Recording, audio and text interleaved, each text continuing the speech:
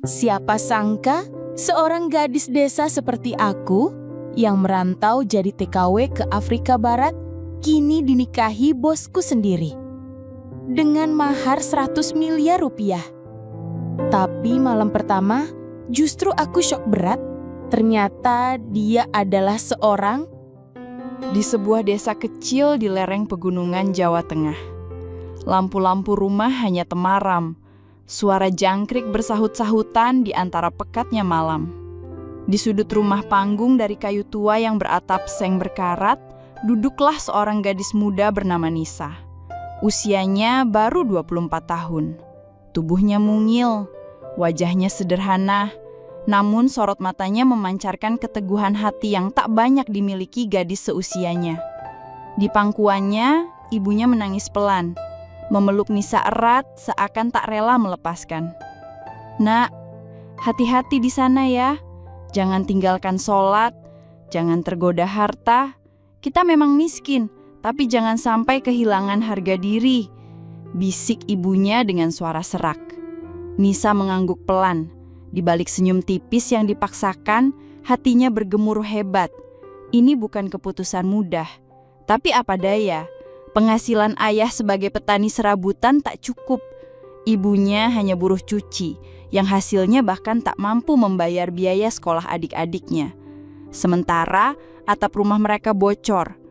Lantai papan mulai rapuh, tidak ada pilihan lain. Malam itu, Nisa memantapkan hati. Ia akan merantau sebagai TKW ke Afrika Barat, negara yang bahkan belum pernah ia dengar namanya. Semua berawal dari brosur yang dibawa seorang agen ke kampung. Iming-iming gaji besar membuat Nisa nekat mendaftar. Hari keberangkatan pun tiba. Dengan satu tas jinjing dan doa dari ibu, Nisa melangkah ke bandara. Itu adalah kali pertama ia naik pesawat. Saat pesawat mengudara, Nisa menatap langit sambil berbisik dalam hati.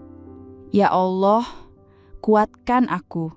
Aku ingin pulang membawa harapan untuk keluarga." Perjalanan panjang pun dimulai. Saat tiba di bandara Afrika Barat, udara panas menyambut. Bahasa orang-orang di sekitarnya asing di telinga. Nisa hanya bisa mengucap yes dan sorry. Dengan wajah gugup, ia menunggu di sudut bandara. Hingga akhirnya dijemput oleh pria Afrika tinggi besar berkulit legam. Dialah Mr. Emmanuel, pengusaha sukses yang akan menjadi majikannya. Saat pertama kali bertemu, Nisa gemetar. Tatapan Mr. Emmanuel tajam, wajahnya kaku seperti patung. Tak ada senyum, tak ada sapaan ramah. Nisa langsung merasa kecil. Tapi, ia mencoba menenangkan diri. Baginya yang penting adalah bekerja dengan baik. Rumah Mr. Emmanuel bagaikan istana. Dinding marmer, lantai berkilau, taman luas dan kamar mandi yang lebih besar dari rumah Nisa di kampung. Tapi di balik kemewahan itu ada suasana yang dingin. Tidak secara suhu, melainkan dingin karena tidak ada kehangatan. Hari-hari Nisa diisi dengan menyapu, mengepel, mencuci pakaian dan mengurus 2 anak kecil majikannya. Anak-anak itu manja, tapi perlahan mulai dekat dengan Nisa. Mungkin karena Nisa selalu tersenyum saat mereka menangis dan membacakan dongeng-dongeng dari kampungnya. Meskipun begitu, Mr. Emmanuel tetap jarang bicara, hanya memberi perintah singkat. Bahkan saat Nisa menyajikan teh atau menyiapkan makan malam dengan sebaik mungkin, tak pernah ada ucapan terima kasih. Setiap malam, di kamar kecilnya yang sempit, Nisa duduk sendiri. Ia menatap foto ibunya yang diselipkan di dompet. Air mata sering mengalir tanpa suara. Dalam hati, ia berdoa, "Ya Allah, lindungi aku. Jangan biarkan aku pulang dengan tangan kosong." Nisa sadar, di negeri orang, ia hanya punya Allah sebagai pelindung. Hatinya bertekad, apapun yang terjadi, ia akan bekerja jujur, amanah, dan menjaga nama baik keluarganya. Namun, tanpa disadari, kejujuran yang ia pegang teguh itu perlahan sedang membuka jalan menuju takdir yang tak pernah ia bayangkan. Hari-hari terus berjalan. Waktu terasa lambat bagi Nisa. Setiap pagi, Ia bangun sebelum fajar, menyiapkan sarapan, mencuci pakaian, dan membersihkan seluruh sudut rumah. Mr. Emmanuel tetap sama, wajahnya dingin, bicara seperlunya, semua harus rapi dan teratur. Bahkan, cara meletakkan sendok dan garpu pun ada aturannya. Nisa selalu berhati-hati. Satu kesalahan kecil bisa membuatnya dimarahi. Namun, dalam hatinya, ia tetap bersyukur. Setidaknya, ia masih punya pekerjaan. Suatu pagi, setelah membersihkan ruang tamu, Nisa mulai menyapu area bawah sofa besar. Tak disangka, matanya menangkap sesuatu. Sebuah dompet kulit hitam tergeletak di sudut tersembunyi. Dengan gemetar, Nisa mengambilnya. Saat dibuka perlahan, matanya terbelalak. Di dalam dompet itu, ada tumpukan uang dalam jumlah besar. Tidak hanya itu, ada juga kartu akses bank, beberapa lembar sertifikat saham, dan dokumen penting lain. Dada Nisa berdegup kencang. Dalam hatinya, ia sadar kalau saja ia ingin, mudah bagi dirinya mengambil beberapa lembar tanpa ada yang tahu. Tapi cepat-cepat ia menepis pikiran itu. Bukan begitu caraku. Aku tidak boleh mencoreng nama keluargaku, batinnya. Tanpa ragu, Nisa berdiri. Dengan langkah hati-hati, ia menuju ruang kerja Mr. Emmanuel. Pintu ruangan itu tertutup rapat. Nisa mengetuk pelan. Dari dalam terdengar suara berat. Masuk. Dengan tubuh gemetar, Nisa melangkah masuk. Ia menunduk dalam-dalam. Lalu meletakkan dompet itu di meja tanpa berkata sepatah kata pun. Mr. Emmanuel menatap tajam. Matanya mengamati wajah Nisa yang pucat. Lalu ia mengambil dompet itu, membuka dan memeriksa isinya sebentar. Setelah itu, ia hanya diam. Tidak ada kata terima kasih, tidak ada ucapan apapun. Ia hanya berdiri, berjalan perlahan keluar ruangan. Nisa tertunduk. Ada rasa kesal di hatinya. Namun, malam itu di dalam kamar kecilnya, ia bisa tidur nyenyak. Ia tahu, ia sudah melakukan yang benar. Keesokan harinya, saat sedang mencuci piring di dapur, tiba-tiba seorang pengawal rumah datang menghampiri. Nona Nisa, Mr. Emmanuel memanggil ke ruang kerjanya, ucapnya. Dada Nisa kembali berdebar. Apa yang salah kali ini? Dengan langkah ragu, ia menuju ruangan yang selama ini hampir tak pernah ia masuki kecuali untuk membersihkan.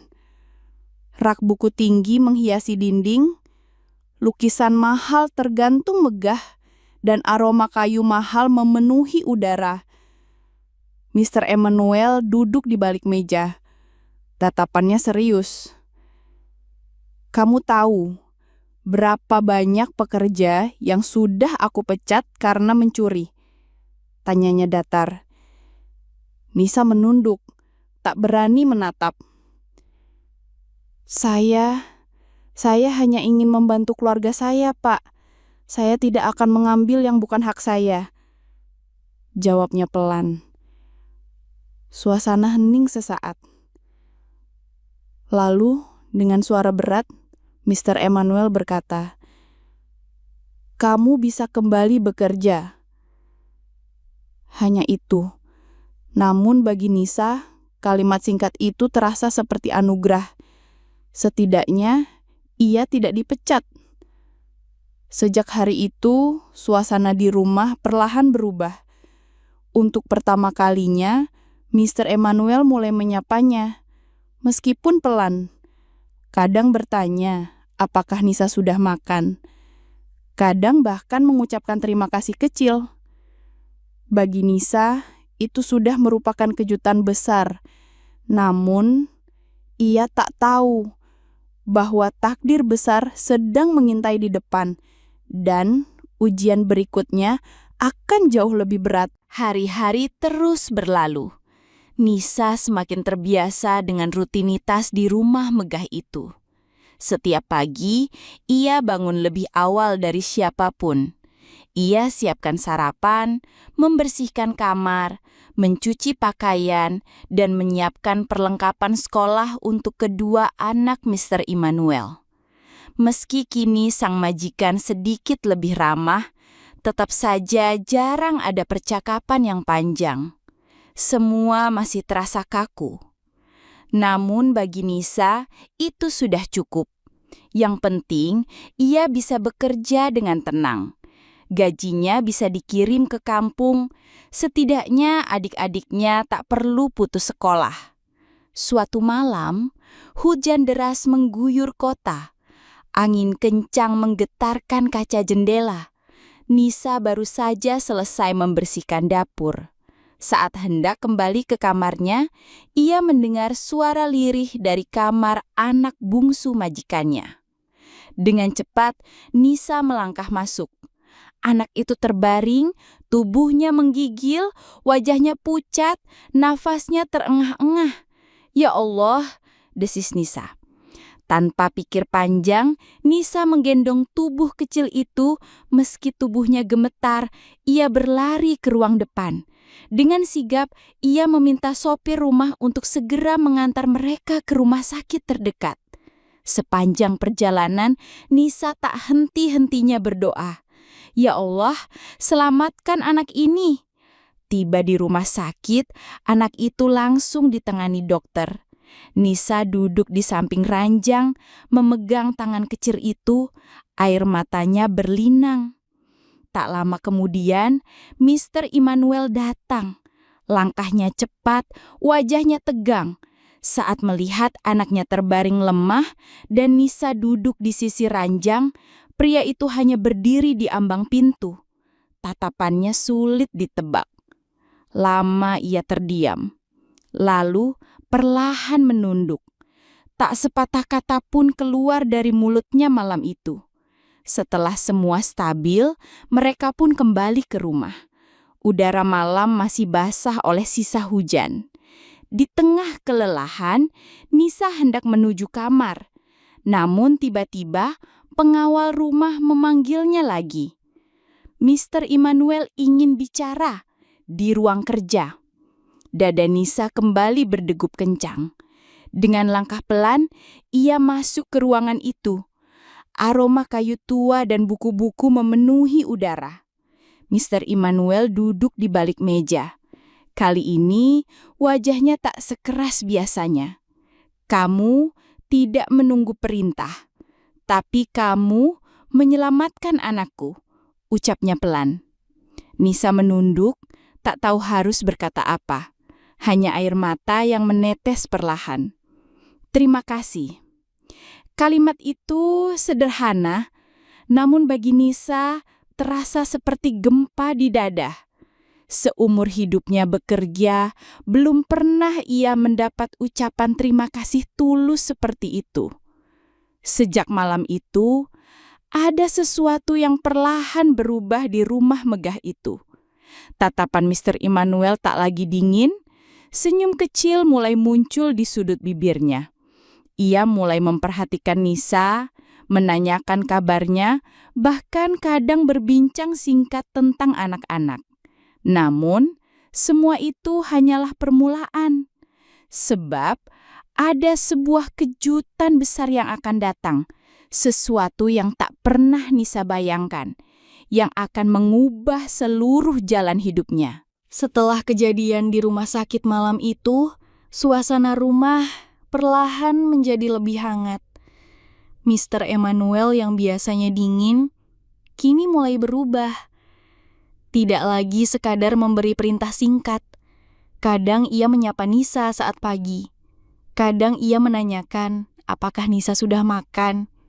Bahkan, sesekali Ia mengajak berbincang ringan di taman belakang sambil melihat anak-anak bermain. Meski begitu, Nisa tetap menjaga sikap. Ia tak mau besar kepala. Di hatinya, ia selalu mengingat pesan ibu. Kita memang miskin, tapi jangan pernah kehilangan harga diri. Ia terus bekerja seperti biasa.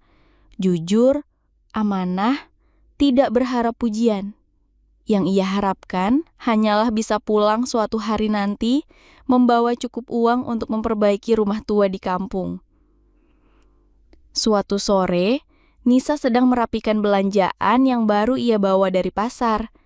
Ia menghitung sisa uang, lalu memasukkannya ke dalam amplop. Tanpa ada satu koin pun yang hilang, ia serahkan kembali kepada bagian keuangan rumah. Tidak disangka, malam itu Mr. Emmanuel memanggilnya ke ruang kerja. Perasaan Nisa campur aduk. Setiap kali dipanggil ke ruangan itu, jantungnya selalu berdegup lebih kencang. Di dalam, suasana remang. Hanya ada satu lampu di atas meja. Mr. Emmanuel duduk dengan wajah serius. Ia memandang Nisa dalam-dalam. Di dunia ini, ucapnya pelan, kejujuran adalah harta paling mahal. Tapi kamu bahkan tidak sadar bahwa kamu memilikinya sejak hari pertama bekerja di sini. Nisa terpaku. Dadanya terasa sesak. Ia tidak tahu harus berkata apa. Kamu berbeda, Nisa. Banyak orang yang datang bekerja di rumah ini, tapi tidak ada yang seperti kamu. Kata-kata itu terus terngiang di telinga Nisa. Malam itu, ia kembali ke kamarnya dengan perasaan yang sulit dijelaskan. Antara bahagia, bingung, dan takut. Ia hanya pembantu. Apa arti semua kata-kata itu? Namun, ia tidak tahu bahwa dalam diam, sebuah keputusan besar sedang tumbuh di hati sang majikan. Dan hari-hari biasa yang ia jalani, perlahan akan berubah menjadi hari-hari yang tak pernah ia impikan. Hari-hari terus bergulir. Sudah hampir 3 tahun Nisa bekerja di rumah itu. Waktu yang lama yang membuat banyak kenangan terukir. Anak-anak Mr. Emmanuel kini makin dekat dengannya. Mereka bahkan memanggilnya Mama Nisa. Di taman belakang saat sore, sering terdengar tawa anak-anak kecil yang berlarian. Nisa yang dulu merasa seperti orang asing, kini perlahan mulai menjadi bagian dari rumah megah itu. Namun dalam hatinya, Nisa tetap memegang teguh niat awal. Ia hanyalah seorang pembantu. Ia ingin pulang dengan kepala tegak. Tidak pernah terlintas dalam pikirannya untuk bermimpi lebih. Sore itu, seperti biasa, Nisa sedang menyapu taman. Matahari Afrika terasa terik. Namun entah kenapa, hatinya terasa sejuk. Tiba-tiba, salah seorang pengawal rumah menghampirinya. Nona Nisa, Mr. Emmanuel memanggil ke ruang kerja. Nisa terdiam. Setiap kali dipanggil ke ruangan itu, jantungnya selalu berdebar. Namun malam itu, entah kenapa, perasaannya jauh lebih aneh. Seperti ada sesuatu yang berbeda. Dengan langkah pelan, Nisa menuju ruangan yang selama ini selalu membuatnya gugup. Ia mengetuk pintu perlahan. Masuk. Suara berat itu terdengar. Di dalam suasana remang. Hanya ada satu lampu di atas meja. Mr. Emmanuel duduk di balik meja, mengenakan jas gelap. Wajahnya serius. Namun ada sorot mata yang tidak lagi setajam dulu. Duduklah, Nisa. Ucapnya pelan. Nisa menurut. Ia duduk di kursi di depannya. Tangannya gemetar. Ia menunduk. Tak berani menatap langsung. Lalu, dalam keheningan malam itu, terdengar suara yang membuat dunia Nisa berhenti berputar. Aku sudah lama memperhatikan cara kerjamu. Kamu berbeda dari orang-orang yang pernah bekerja di sini. Kamu jujur, kamu membuat rumah ini hidup. Aku ingin menikahimu. Nisa membeku. Matanya membelalak. Mulutnya terbuka. namun tak ada suara yang keluar. Maaf, Pak, saya ini cuma TKW. Suaranya nyaris tak terdengar. Mr. Emmanuel menghela nafas panjang. Ia bangkit, berjalan ke sudut ruangan. Ia mengambil sebuah kotak kecil, meletakkannya di atas meja. Dengan tenang, ia membukanya. Di dalam, sebuah kalung emas murni bersinar, bertuliskan nama Nisa. Lalu sebuah map dokumen ia letakkan di hadapan Nisa. Dengan tangan gemetar, Nisa membukanya. Matanya terbelalak. Di dalamnya tercantum angka yang membuat tubuhnya lemas. Mahar pernikahan senilai 100 miliar rupiah. Suasana sunyi. Nisa menangis, tubuhnya gemetar. Ia merasa dunia terlalu cepat berputar. Ya Allah, apakah ini ujian atau karunia? Tunjukkan aku jalan yang benar. Ia tidak tahu bahwa keputusannya nanti akan membuka babak baru dalam hidupnya. Babak yang tak pernah ia bayangkan, bahkan dalam mimpi sekalipun. 3 hari berlalu. 3 malam pula, Nisa hampir tak bisa memejamkan mata. Setiap malam, ia duduk di atas sajadah kecil, menangis dalam sujud yang panjang. Di hatinya, berbagai rasa bergejolak. Bingung, takut, haru, bahagia. Semua bercampur jadi satu. Ia bertanya dalam hati, "Ya Allah, aku ini hanya pembantu. Layakkah aku menerima semua ini? Apakah ini benar jalan yang Engkau ridhoi?" Waktu terasa lambat, namun akhirnya di pagi yang cerah setelah subuh, Nisa merasakan ketenangan yang tak biasa di dalam dadanya. Siangnya, dengan langkah mantap, Nisa kembali menuju ruang kerja Mr. Emmanuel. Matanya masih sembab, namun sorot matanya tegas. Mr. Emmanuel duduk seperti biasa, menatapnya dalam diam. Dengan suara lirih, Nisa berkata, "Saya siap. Jika Bapak sungguh-sungguh ingin menikah, saya terima. Karena saya tahu, ini bukan tentang harta, ini tentang amanah." Sejenak, suasana sunyi. Lalu perlahan, Mr. Emmanuel tersenyum. Senyum yang belum pernah Nisa lihat selama 3 tahun ia bekerja di rumah itu. Hari-hari berikutnya terasa berbeda. Rumah yang dulu dingin, kini dipenuhi suasana yang hangat. Persiapan pernikahan pun dimulai. Awalnya, Nisa mengira pernikahan itu akan berlangsung sederhana.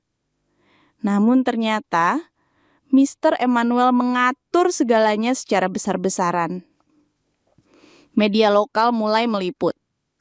Berita tentang TKW Indonesia yang akan dinikahi pengusaha kaya Afrika dengan mahar 100 miliar rupiah tersebar kemana-mana. Gaun pengantin yang akan dipakai Nisa pun dirancang khusus. Terbuat dari kain khas Afrika, dipadukan dengan sentuhan batik Solo. Saat pertama kali mencoba gaun itu, Nisa merasa kikuk. Aku ini cuma gadis kampung. Pantaskah aku mengenakan pakaian semewah ini? Batinnya. Namun, setiap kali keraguan itu muncul, ia ingat pesan ibunya. Apapun yang terjadi, tetaplah jadi Nisa. Tetap jaga hatimu. Hari pernikahan pun semakin dekat. Di balik semua kemenggahan itu, Nisa tahu langkah yang akan ia ambil akan mengubah hidupnya.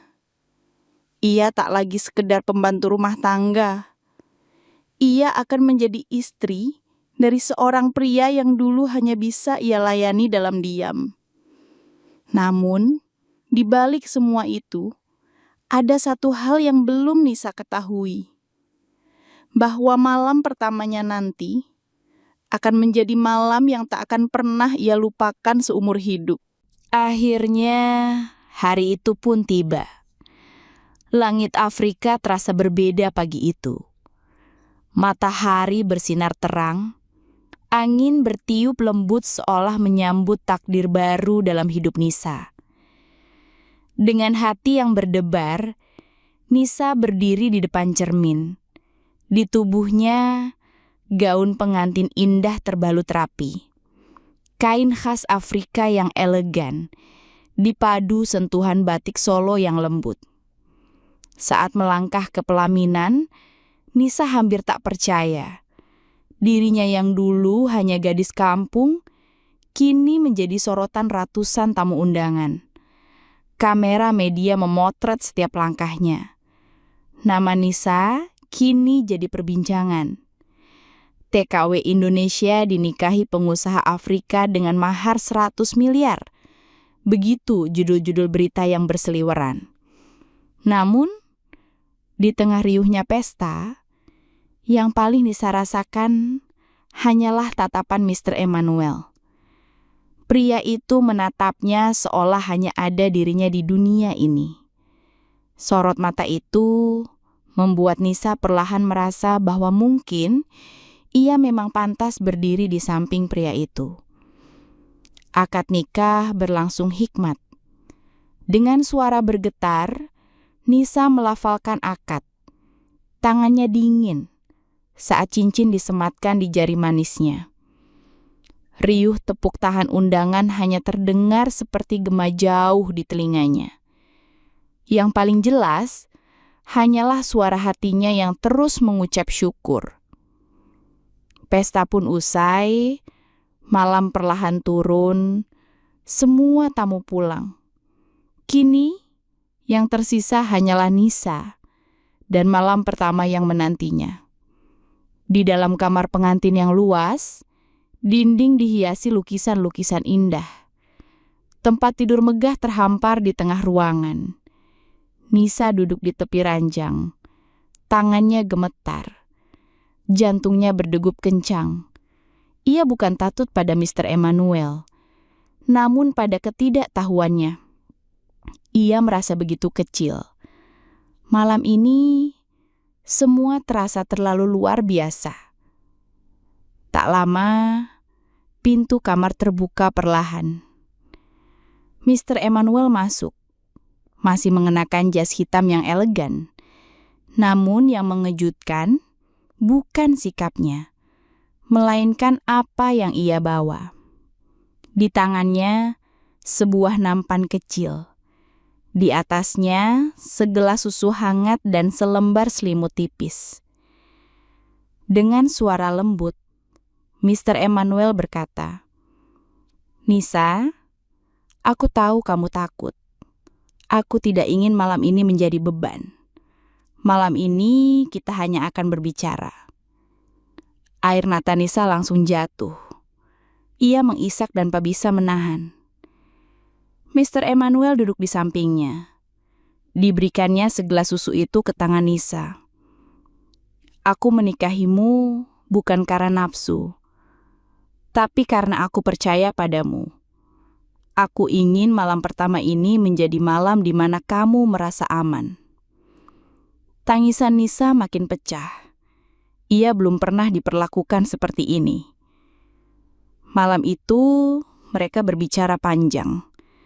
Tentang keluarga Nisa, tentang kampung halamannya, tentang mimpi-mimpi kecil yang dulu tak berani Nisa ucapkan. Dan saat Nisa bercerita, Mr. Emmanuel mendengarkan. Tanpa menghakimi, tanpa membuatnya merasa kecil. Akhir malam itu, Nisa tertidur dalam pelukan hangat. Bukan pelukan penuh birahi, melainkan pelukan yang membuatnya merasa untuk pertama kali dalam hidup, ia dicintai dengan utuh. Hari-hari setelah pernikahan itu seperti mimpi bagi Nisa. Hidupnya berubah total. Bukan lagi di balik pintu dapur, bukan lagi hanya sebagai pembantu yang bangun pagi membersihkan rumah. Kini, ia berdiri di samping suaminya, menghadiri jamuan-jamuan resmi, duduk di ruang rapat, bahkan mendampingi Mr. Emmanuel dalam berbagai acara sosial dan proyek kemanusiaan. Namun, di balik semua itu, Nisa tetaplah Nisa, gadis desa yang sederhana. Ia masih bangun sebelum subuh, menyiapkan teh hangat untuk suaminya, masih membersihkan kamar tidurnya sendiri, bahkan seringkali masih memasak nasi goreng dan sambal terasi. Makanan yang kini justru menjadi kesukaan Mr. Emmanuel. Yang berubah hanyalah dunia di sekelilingnya. Dari seorang TKW yang dulu hampir tak punya harapan, kini Nisa menjadi istri seorang pengusaha berpengaruh di Afrika Barat, pemilik jaringan bisnis properti, pertambangan, dan ekspor. Namun, di hatinya, Nisa tak pernah melupakan akar dirinya. Ia ingat bagaimana rasanya hidup dalam ketidakpastian. Pernah digantung oleh agen, dijanjikan gaji besar, namun akhirnya menangis sendiri di negeri orang. Karena itulah, ia mulai mendirikan sebuah yayasan untuk membantu para TKW yang terlantar. Ia ingin tak ada lagi gadis seperti dirinya dulu yang merasa sendiri di tanah asing. Kini, Nisa sering berbicara di depan publik. Wajahnya muncul di berbagai media. Kisah hidupnya viral di banyak negara. Namun, seperti biasa, di balik ketenaran selalu ada cobaan. Banyak yang mencibir. Ada yang menyebutnya perempuan penggoda. Ada yang bilang ia hanya mengejar harta. Bahkan, ada yang menyebar fitnah bahwa Nisa menikahi Mr. Emmanuel hanya demi uang dan kekuasaan. Hati Nisa sempat terluka. Ia menangis di balik pintu kamarnya. Namun, saat itu, Mr. Emmanuel menggenggam tangannya. Dengan suara tenang, ia berkata, "Kita tidak hidup untuk menjelaskan diri pada semua orang.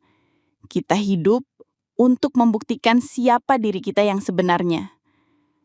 Kata-kata itu menguatkan Nisa. Ia tahu jalan hidupnya belum selesai. Masih banyak bab yang akan ia tulis. Namun satu hal yang pasti, ia ingin tetap menjadi Nisa yang dulu.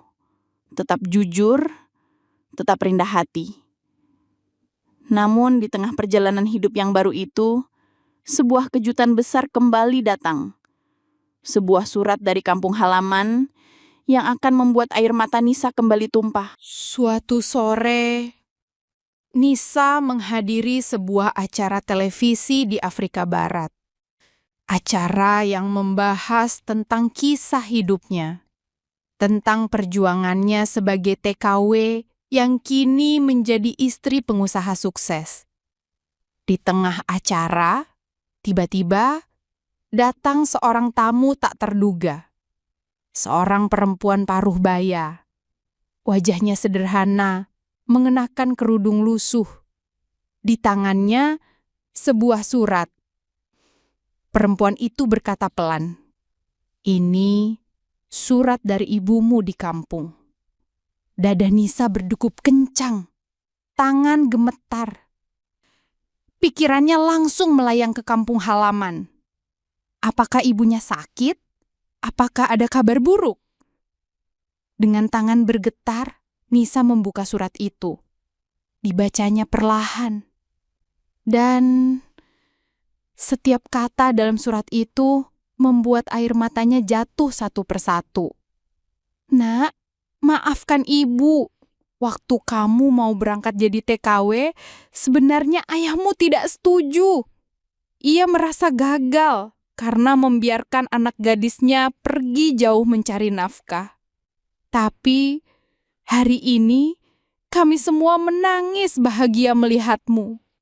Kamu tidak hanya mengangkat nama keluarga, kamu juga mengangkat nama bangsa. Ibu rindu kamu, Nak. Ayah sudah lama ingin memelukmu. Tak kuat menahan perasaan, Nisa menutup wajah. Tangisnya pecah di hadapan semua yang hadir.